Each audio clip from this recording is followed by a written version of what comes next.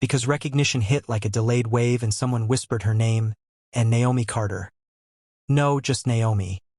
Walked forward with a calm that unsettled them more than anger ever could, smiling politely, greeting former classmates by name even as their faces flushed with confusion. And the first twist came when Mark attempted a joke that died in his throat because Naomi gently finished it for him, reminding him of a time he'd said something similar sophomore year, and how funny it had sounded then, and laughter rippled not at her expense but at his discomfort. And Jessica tried to recover by boasting about her career only for Naomi to congratulate her sincerely and mention the agency she worked with represented brands Jessica dreamed of. And the room shifted as whispers turned from mockery to awe. Phones came out. Instagram stories posted, recognition spreading beyond the gym as someone realized who she was, and Emily approached with tears and apologies that felt heavy and late, and Naomi listened kindly then excused herself to dance. And the second twist came when a local reporter covering the reunion for a fluff piece recognized Naomi and asked for a comment. Cameras flashing as Naomi spoke not of revenge but resilience, mentioning how schools must protect the quiet kids. And the story went viral overnight. Clips of the Bullies' stunned faces circulating online, sponsors noticing, employers calling, consequences arriving not as explosions but as emails and meetings and uncomfortable questions, Mark's old tweets resurfacing, Jessica's office placing her on leave after clients complained, Emily confronting the emptiness of always laughing along, and Naomi returned to New York the next morning untouched yet changed, aware that closure didn't require confrontation.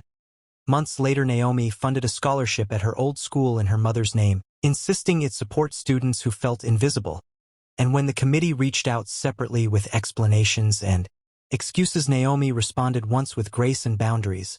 And the final twist was quiet and devastating when years later another reunion invitation arrived and Naomi declined politely, already booked for a charity gala in Paris, because the reckoning had already happened, not in shouted insults or public humiliation but in the slow realization that the girl they once dismissed had outgrown them so completely she no longer needed their room, their laughter, or their approval. And that is the story of how bullies laugh too early and learn too late. And if stories like this remind you that time tells the truth and kindness outlives cruelty, hit subscribe and stay with us, because somewhere right now another quiet kid is walking home with dreams folded small. And this is proof that those dreams can unfold bigger than anyone ever imagined. From the moment you click this story, understand one thing. This is why millions of Americans hit subscribe every single day, because what you're about to hear isn't just a glow-up, it's a reckoning. A reminder that time keeps receipts and karma never forgets an address. So before the first insult lands, before the laughter curdles, before justice walks into the room wearing heels worth more than a semester of college, subscribe now and stay with us. Because this is the story of how a room full of bullies laughed too early and learned too late. And it all began when they invited the girl they once called the ugly duckling back to her high school reunion for one final joke, never imagining she would arrive as a global supermodel who would quietly, precisely, and permanently unravel their lives one by one. And back in the late 2000s at a mostly white suburban high school tucked into a town that loved Friday night football more than accountability, there was a black girl named Naomi Carter, tall before her time, painfully skinny, dark-skinned in a school that worshipped tanning beds and cheer smiles, braces flashing whenever she dared to smile, hair braided by her mother every Sunday night because the salons nearby didn't do her kind. And from the first day she walked those hallways, whispers followed her like a shadow that never let go, then laughs, then nicknames tossed casually by students who learned early that cruelty had no consequences if it wore popularity like armor, and Naomi learned just as early that silence was safer than protest. So she walked with her shoulders rounded and eyes down, dreams folded small enough to fit in her backpack, and the worst of it came from a tight circle who would later call themselves the committee when planning the reunion. Jessica with her perfect blonde ponytail and venomous smile who could ruin a reputation with a glance, Mark the quarterback whose jokes always landed hardest because everyone wanted his approval, and Emily who laughed loudest to belong, and they made Naomi their favorite punchline, inviting her to parties only to ignore her, complimenting her sarcastically, asking if she modeled for National Geographic. And the teachers saw it and the counselors heard about it, but nothing stuck because bullying like theirs was invisible when wrapped in varsity jackets and honor roll parents, and Naomi graduated with decent grades, no yearbook signatures, and a promise to herself that she would never come back. What no one noticed back then was how she walked miles every evening to clear her head, how strangers sometimes stared not with mockery but curiosity, how a photographer once stopped her at a bus stop and asked if she'd ever considered modeling. A moment she laughed off because it felt impossible and cruel to even imagine.